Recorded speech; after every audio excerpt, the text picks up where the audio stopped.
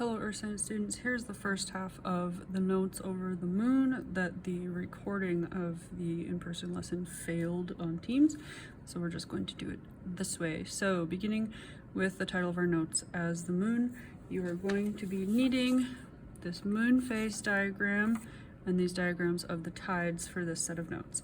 So first let's talk about the formation of the moon by what we call the impact theory. Essentially, this theory states that a protoplanet, which was like a forming planet when the solar system was very young and the planets were all still forming, this protoplanet flew through the solar system and collided with the Earth, and then the debris that came off of the Earth started to orbit the Earth, and it eventually accreted together into the moon. The best piece of evidence we have from this is that the moon is made of Earth materials, which we know because we've gone to the moon and brought back moon rocks and analyzed them, and they are made out of the same stuff as Earth. So again, that's called the impact theory of moon formation. Moving on to some terms that we have talked about in the past, but now how they relate to the moon specifically. So the rotation of the moon is the amount of time it takes for it to spin around once on its axis, and this is equal to about 27 1/3 days. So it takes 24 hours for the Earth to spin once on its axis, and then take 24 hours times 27 1/3, and that's how long it takes for the moon to spin once. So it spins a lot slower than the Earth does. And then the revolution of the moon is the amount of time it takes for it to orbit the Earth. And this is also equal to 27 1/3 days. So now this creates an interesting phenomenon known as tidal locking of the moon. The moon is considered to be tidally locked. So tidal locking occurs when the rotational period is equal to the revolution period. And this means that we only ever see one side of the moon. We never see the far side of the moon. That's not to say that like the far side of the moon is always dark and the near side that we can see is always lit up. It's just that of the sphere of the moon, we only see one face of it due to this tidal locking. So then here we have a quick little diagram showing the elliptical shape of the orbit of the moon around the Earth. So due to the elliptical shape, this means that at some points in its orbit, the moon is much closer to the Earth than at other points. And when the moon is as close as it gets to the Earth in its orbit, this is called the moon being in perigee. And perigee, again, is just the closest that the moon gets to the Earth during its orbit.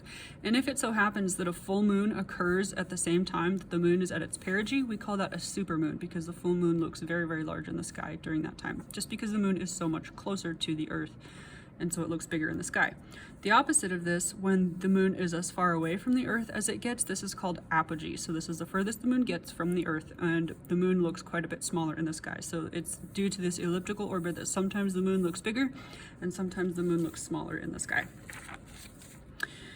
Moving on to the moon phases. The phases of the moon that we see depend on how much of the lit half of the moon is facing towards the Earth. So since the moon is a sphere in space, half of it is always illuminated by the sun and half of it is always dark.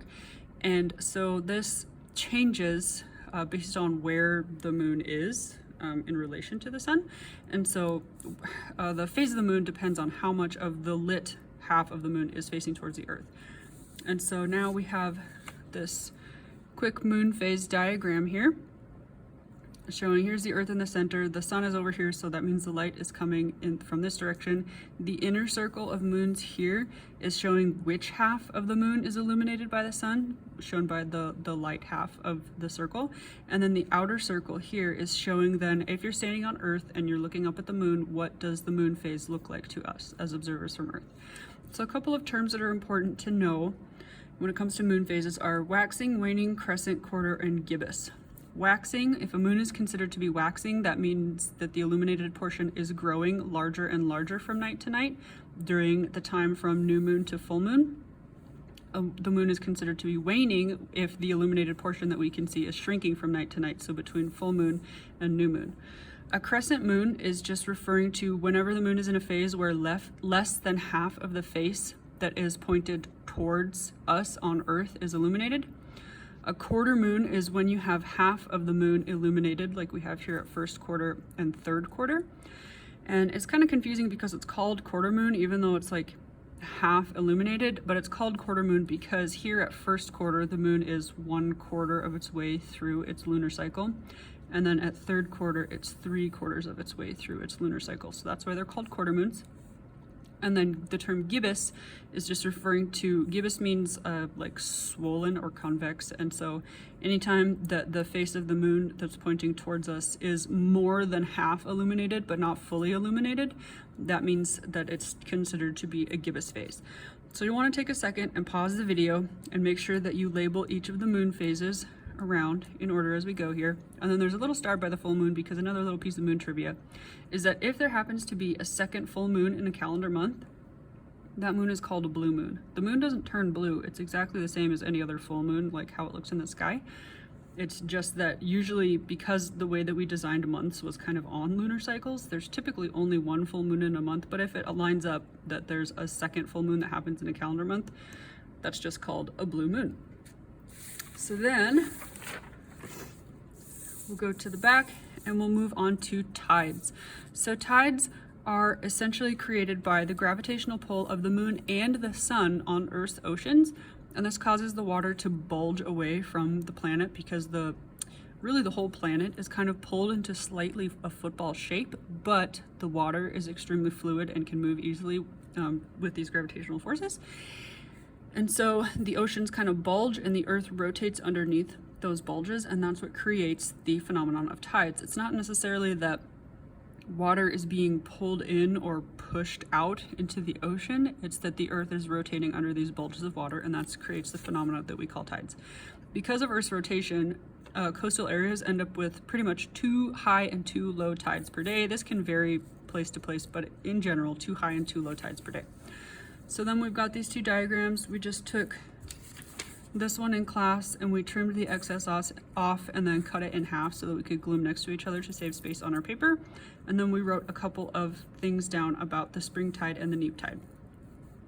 So spring tide occurs when the sun and the moon are in alignment. So you can see here that sun, new moon, earth, sun, earth, full moon, all 3 are in alignment during spring tide. And so that causes particularly high tides and particularly low tides. You can see the bulge of water here lined up with the moon and the sun is quite high, and the bulge of water is very small here. So when the Earth is in position here, like if you're standing here on Earth, the tide would be very high, and then as Earth rotates to here, your tide would be very low about 6 hours later. And so spring tides occur twice per month during the new moon phase and the full moon phase.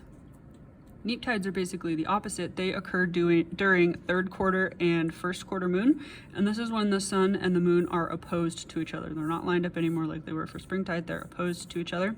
And so now this creates gravity pulling in 2 different directions, and so instead of being one big bulge on either side of the Earth, you get 2 smaller bulges. And so neap tide is when you end up with the lowest high tides and the highest low tides that coastal regions experience throughout the month.